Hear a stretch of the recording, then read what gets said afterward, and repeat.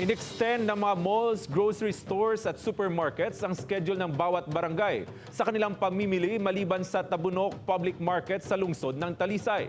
Si Lian Sincula nakatutok. Kaniadto sa Tabunok Public Market lang gihimo ang scheduling sa pagpamalit sa matag barangay.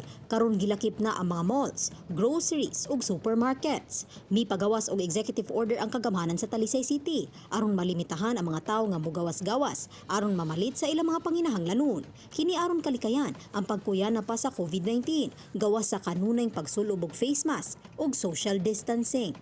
Ang scheduling gidivide ngadto sa tulo ka mga cluster nga mao ang cluster 1, 2 ug 3 samtang ang cluster number 4 mao ang stay-at-home Sundays diin giawag ang mga molupyo sa dakbayan sa Talisay nga magpuyo sa ilang tagsa-tagsa ka mga panimay matag adlawng Domingo. Ang unang cluster langkuban sa 7 ka mga barangay nga may schedule sa Lunes ug Huwebes. Ang ikaduha 8 ka mga barangay matag Martes ug Biyernes. Laing 7 sab ka mga barangay ang naka-schedule matag Miyerkules ug Sabado. Sa laing bahin kanunay gabantay ang kapulisan sa nagkalain-laing lugar sa dakbayan gawas sa mga quarantine control checkpoint. Coordinating with barangay officials to strengthen their own patrols and border controls in order that only those APORs and those with quarantine passes can be allowed entrance and exit in their respective barangays.